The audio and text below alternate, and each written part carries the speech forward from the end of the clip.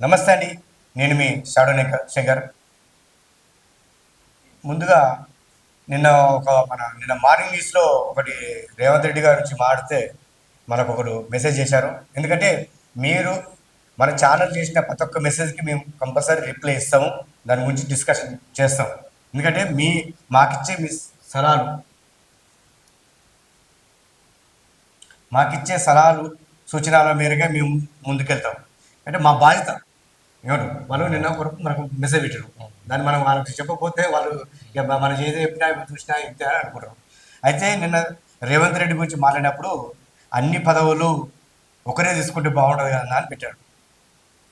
అది ప్రజలు నిర్ణయించాలి, ప్రతిపక్షం నిర్ణయించుకుంటుంది. దాని గురించి అడిగే వాళ్ళు ఒక సెక్షన్ ఉంటుంది, మనం తెలియపరిచినాం. ఆయన దగ్గర ఒక శాఖలు 4 శాఖలు ఉన్నాయి మనం. సరే మేమేం చూస్తామంటే అన్ని ఎవరు అడుగుతలేరు.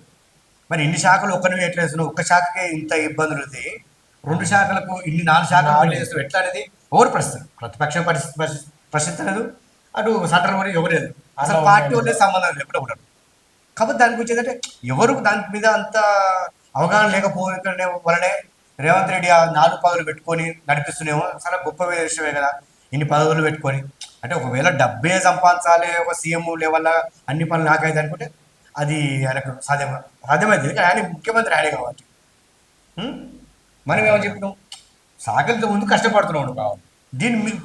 దీని ఆ పార్టీలో ఉన్న ఎమ్మెల్యే గుర్తించాలి. ఎందుకు మేము అసమర్థులమా, మేము మినిస్టర్ చేయలేమా, మాకు అనుభవం లేదా? ఏ అనుభవం లేకుంటే వచ్చి సీఎం సీట్లో కూర్చున్నాను. మరి మాకు లేకపోతే వాళ్ళు మీరు ప్రశ్నించాలి. అంటే మాకు కామెంట్ చేసిన వాళ్ళకు కూడా కృతజ్ఞత. మీరు కూడా ఇంకేమంటే మంచి సలహాలు అని సూచనలు, ఆ సూచనల మేరకు మేము ముందుకెళ్తామంటున్నాం.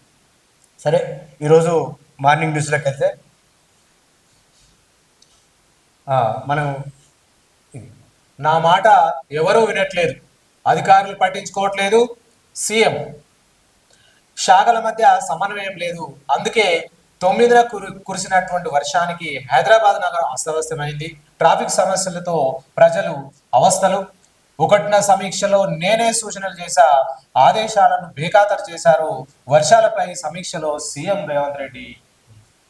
ఇదండి, సీఎం మాట ఎవరు వినట్లేదు. అర్థమైందిగా, సీఎం మాట ఎవరు వినట్లేదు. అంటే ఎందుకంటే ఇప్పుడు హైదరాబాద్లో వర్షాలు కురుస్తుంటే ఏదైనా ఇంతకుముందు కంటే దానికి ఒక సపరేట్ శాఖ ఉండే, మున్సిపల్ శాఖ ఈయన ఉండే. ఆయన అధికారులు ఎవరు ఆయన సొంతం పార్టీలో ఉన్న వాళ్ళే కానీ పట్టించుకుంటారు. దానికి సంబంధిత అధికారులు కూడా ఎవరు ఇట్లేరట ఒక సీఎం మాట. అందుకని ఆయన మళ్ళీ షాకే ఆయన కాడ ఉంది కదా, మరి వినట్లేదు అనేది ఎక్కడికి మళ్ళీ అది అట్లా మాట్లాడుతుంది. ఇక స్వయంగా మళ్ళీ ఆయనే మాట్లాడినట్టు, మనం వేరే వాళ్ళు మాట్లాడేది కాదు, ఎవరు కల్పితం కూడా కాదు ఈ విషయం. ఇక మరి దీని మీద ఎట్లా వస్తే మరి దీనికి ఒక సంబంధిత అధికారం ఉంటే దానికి నీకు సీఎంగా నీరు చూసుకోవడానికే నీకు 100 పనులు ఉంటాయి. అది ఒక అప్పచెప్పండి. ఇంకా 2 సంవత్సరాలు ఉంది. ఆశావాదులు చాలామంది ఉన్నారు, ఏదో ఒకటి చేద్దాము, ఏదో ఒకటి కొంచెం నా వంతుగా నేను తెలంగాణకి ఏమైనా పని చేయాలి, కొంచెం నా అవసరాలు వాళ్ళకి అవసరం ఉంటాయి, జనాలకు నేను సేవ చేసుకోవద్దు అనేది కొంచెం ఉత్సాహవంతులు చాలామంది ఉన్నారు ఎమ్మెల్యేలు. ఇటు శాఖలు అన్ని దగ్గర పెట్టుకుని ఒక ఇట్లా పరిస్థితి ఉంటుంది, ఎవరు కూడా పరిస్థితి వాటి అయిపోయింది. అధికారులు ఎవరు నా మాట వేయడం లేదు, నేను ఇచ్చిన ఆదేశాలు బేఖాతరు చేస్తున్నారు, తీవ్ర నిర్లక్ష్యంతో వ్యవహరిస్తున్నారు. ఈ నిస్సహాయత వ్యక్తం చేసింది సాక్షాత్తు రాష్ట్ర ముఖ్యమంత్రి రేవంత్ రెడ్డి.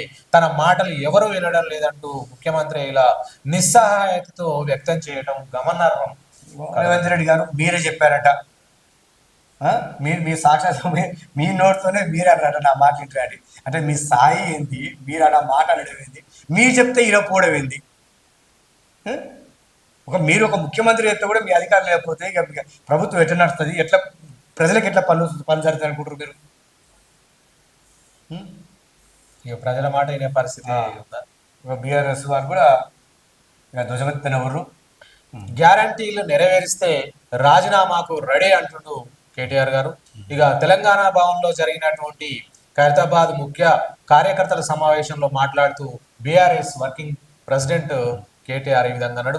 అట్లాగే 1 కోటి మందిని కోటీశ్వరులు చేసుడు, తర్వాత ముందు 2.5 ఏళ్లలో ఆడబిడ్డలకు బాకీ పడ్డటువంటి రూపాయలు 75,000 రూపాయలు, మిగిలిన 2.5 ఏళ్లలో మరో 75,000 కలిపి మొత్తం 1,50,000 వారి ఖాతాల్లో వేయి అంటుండు.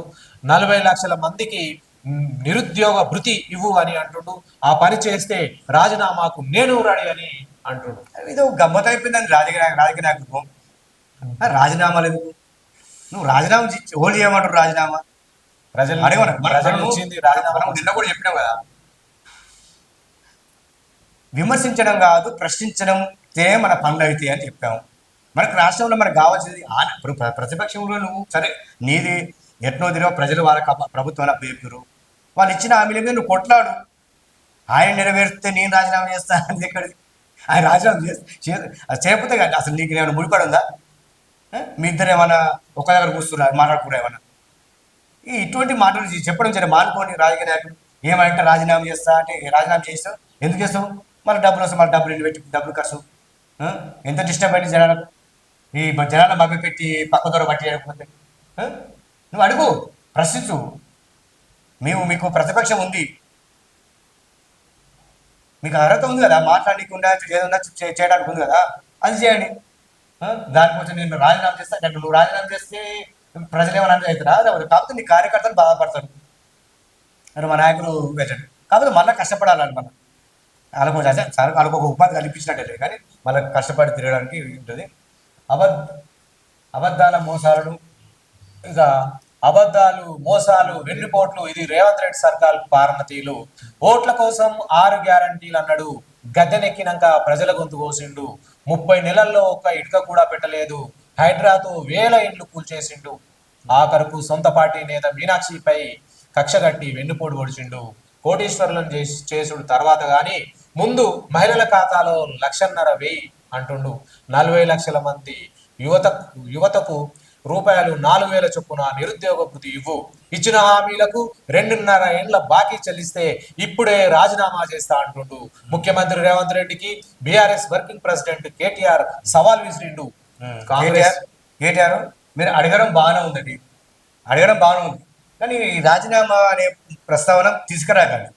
నేను అంటే రాజీనామా చేస్తా అంటే అడిగినావు. ఆయన ఇచ్చిన హామీలని ఏమైతే ప్రజలకు హామీ ఇచ్చి ఎట్లయితే ప్రభుత్వానికి ఏర్పరచుకున్నారో అది అడగడం మన ధర్మం, అది కూడా నెరవేర్చాలి. ఎందుకంటే ఆయన నెరవేర్చకపోతే నెక్స్ట్ ప్రభుత్వం మీకు రావచ్చు, ఇంకా లేకపోతే బీజేపీకి రావచ్చు, లేకపోతే బీఎస్పీకి రావచ్చు, డిఎస్పీ కూడా రావచ్చు. ఎందుకంటే రాజకీయాలలో చాలా మార్పులు జరిగినాయి. పక్క రాష్ట్రంలో చూసినాం కదా, తమిళనాడులో ఎట్లా విజయ్ గారు ఎట్లా ఒక విజన్తో వచ్చి ఎట్లా ముఖ్యమంత్రి అయ్యాడో మీకు తెలుసు. అందుకని మా రాజకీయాల్లో ఏ మార్పు ఎప్పుడైనా జరగవచ్చు, అది దృష్టిలో పెట్టుకోవాలి. చాలామంది ఏదంటే డబ్బు ఉందిగా అని చెప్పేసి నేను రాజకీయాలు చేయాలంటే రోజులు పోతున్నాయి. సరే మార్పు జరగదనుకున్నాం, మార్పు అక్కడ చూపించిండు. దాని శేఖ మొత్తం దేశం మొత్తము మనం కొట్టుకుంటుందని చెప్పొచ్చు.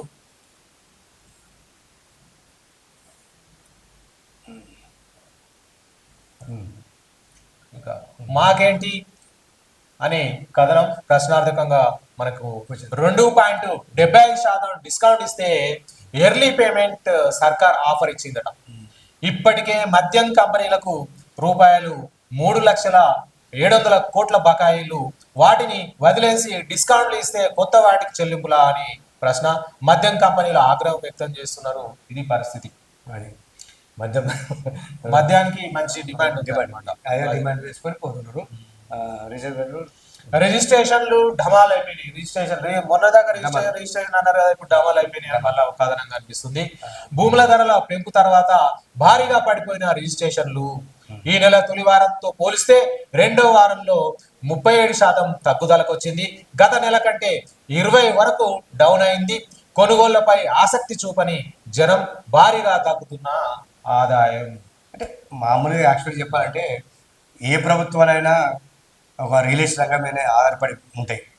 ఎందుకంటే అది నడిస్తే కనుక మన రాష్ట్రాన్ని ఆర్థికంగా మనం పెంచుకోవచ్చు, కొన్ని చాలా మందికి ఉపాధి కలుగుతుంది, ఇది చేస్తారు. రిజిస్ట్రేషన్ లాయని అంటే కూడా దీనికి ఒక హైడ్రా ఎఫెక్ట్ కూడా ఉండొచ్చు. దీనికి ఇంతవరకు ప్రభుత్వం ఒక క్లారిటీ ఇవ్వలేదు. ఎందుకంటే మరి ఆదాయము సంపాదన పెంచుకునే క్రమంలోనే వాళ్ళ మీద మనకు ఇటువంటివి చేస్తే వాళ్ళకు రిజిస్ట్రేషన్ తగ్గకపోతే ఏం చేస్తాయి, క్లారిటీ లేని ఇది అయిపోయింది.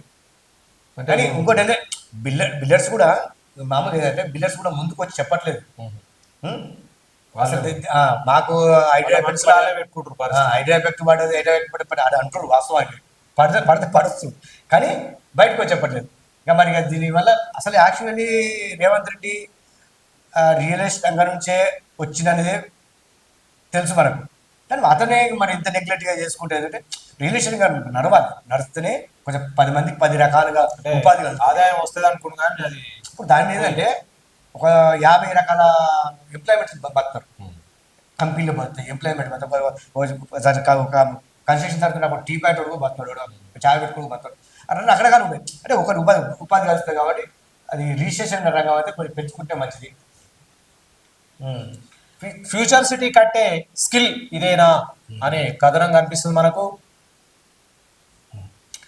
కేసీఆర్ ప్రభుత్వం 3 ఏళ్లలో కాళేశ్వరం కట్టింది, 2 ఏళ్లలో సచివాలయం నిర్మించింది, 2 ఏళ్లలో భారీ అంబేద్కర్ విగ్రహాన్ని కట్టి చూపించింది.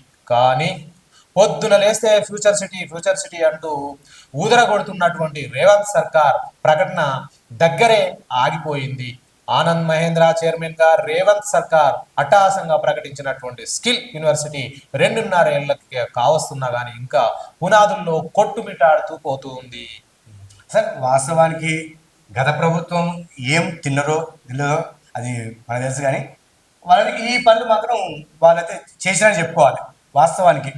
ఎందుకంటే ఇప్పుడు మీ ఇక్కడ ఒక గమ్మత్ ఉంటుంది మరి జనాలకు, మనం ఏదైనా ఈ ఉన్న ప్రభుత్వానికి పోయినా ప్రభుత్వానికి వస్తుంది మాట్లాడారు, లేదు గత ప్రభుత్వం పోతే దానికి వస్తుంది పడుతుంది అటువంటి. కానీ వాస్తవాలు మాట్లాడుకోవాలి, మనం వాస్తవాలు మాట్లాడుకోకుండా మనం వెనకబడుతుంది. అసలు ఏంటంటే ఈ వాస్తవానికి మన కంప్లీట్ చేసింది, సరే అప్పు ఇచ్చిందా, ఇంకేమైనా మన ఉన్న గవర్నమెంట్ భూములు అమ్మిందా, ఇంకేం చేసినా తర్వాత కానీ ఈ మాత్రం చేసిండు. సరే ఒక విజన్ పెట్టుకోడు రేవంత్ రెడ్డి, నేను ఫ్యూచర్ కడతాను అయితే కట్టొచ్చు. నెక్స్ట్ ప్రభుత్వం చూస్తే మన అధికారం రావచ్చు, ఆయనకు ఒక విజన్ ఉంటుంది కదా, ఒకటే అప్పుడు అయిపోయిందండి కదా. సరే చూద్దాం, అది దీని కూడా కంప్లీట్ చేస్తారు. నిన్న కూడా ఒక మీటింగ్ కూడా ఒక మీటింగ్ పెట్టిండు ఇగో రైతులు వాళ్ళ యాప్ యాతన మాకు వద్దు అంటారు రైతులు. ఆ యాప్ పెట్టారు కదా యూరియా కోసం, యూరియా యాప్ తో పంపిణీ సులభతరం చేశామని, మిగతా రాష్ట్రాలకు ఆదర్శంగా నిలిచామని ఓవైపు ప్రభుత్వం చెప్తుంటే మరోవైపు అవస్థల యాప్ వద్దంటూ రైతులు రోజుకో చోట రోడ్డెక్కుతూ ఉన్నారు. తాజాగా యూరియా యాప్ వెంటనే రద్దు చేయాలని రైతు సోదరులు డిమాండ్ చేస్తూ నిజామాబాద్ జిల్లా భీమ్గల్ మండలం జాగిర్యాలలో రైతులు ఆందోళనకు దిగారు. ఆదివారం సొసైటీ గోదాములకు తాళం వేసి నిరసన వ్యక్తం చేస్తున్నారు. ఇది భీమ్గల్ ప్రజలందరూ. అయితే మామూలుగా మనం మాట్లాడుకున్నా కానీ రైతులు అంటే వాళ్ళు చూడండి 90% వాళ్ళకు కొంచెం వాళ్ళకు సెల్ ఫోన్ వాడరు. ఎందుకంటే పొద్దున్న లేస్తే పనే ఉండరు. వాళ్ళు వ్యవసాయం మీద ఒక నిమగ్నం అయ్యారంటే వాళ్ళు ఇక ఏం పట్టించుకోరు. వాళ్ళకు అసలు మామూలుగా చదువుకున్న వాళ్ళకే, మంచిగా మామూలుగా జాబ్ చేసి చదువుకున్న వాళ్ళకి హ్యాప్ల గురించి సరిగ్గా తెలియదు. మరి ఇటువంటి రైతులకు యాప్ బుక్ చేయాలనుకుంటే దానికి ఎక్కడ ఆప్షన్ పోవాలి, ఏం చేయాలి అనేది వాళ్ళకి ఏం ఐడియా ఉంటుంది. వాళ్ళకి ఇప్పుడు గతంలో ఇచ్చినట్టు వాళ్ళకి ఇచ్చేస్తే వాళ్ళ పని వాళ్ళకి యాప్ పెట్టవలసిన అవసరం ఏమొచ్చింది సార్? దాని మీద ఏమైనా ఫ్రాడ్ జరుగుతుందన్నా, లేకపోతే అది ఇచ్చేది అధికారులే కదా, ఇంకా సంబంధిత అధికారులే కదా. ఒక దగ్గర ఇట్లా పడేసిపోతే వాళ్ళు ఎవరికా తీసుకుంటూ కొట్లాడుకుంటారు. దీనికి యాప్ పెట్టినాము, ఒక సిస్టమ్ పెట్టినాం అనేది కాదు కదా. కనీసం మీరు ఎవరిని గౌరవించకుండా కానీ రైతులు మాత్రం మీరు గౌరవించాలి. అది ఎవరైనా గౌరవించాలి, మనమైనా ఇంకెవరైనా. వాళ్ళు కష్టపడడం వల్లనే మనం 3 పూటలు ఇప్పుడు అన్నం తినగలుగుతున్నాం, ఈ రాజకీయాలు చేయగలుగుతున్నాం, ఇలాగ మేము కూడా ఇట్లా ఉండగలుగుతున్నాం. రాజులకు ఎప్పుడైనా రైతులకు అన్యాయం చేస్తే మాత్రం ఏ ప్రభుత్వాలు ఉండవు, ఎవరు ఉండరండి వాళ్ళు చచ్చుకుంటే. ఎందుకంటే అన్నం పెట్టే రైతులు, ఆ రైతులను అవమానపరచడం అంటే మన తల్లిదండ్రులు మనం అవమానపరచుకున్నట్టే. కానీ ఇటువంటి కాకుండా మనం వాళ్ళ రైతులు అనేది మనం కాపాడుకోవాలండి. దాన్ని మాత్రం మీరు ఎంత ఇదిగా మరి చేస్తే అంత మంచిది.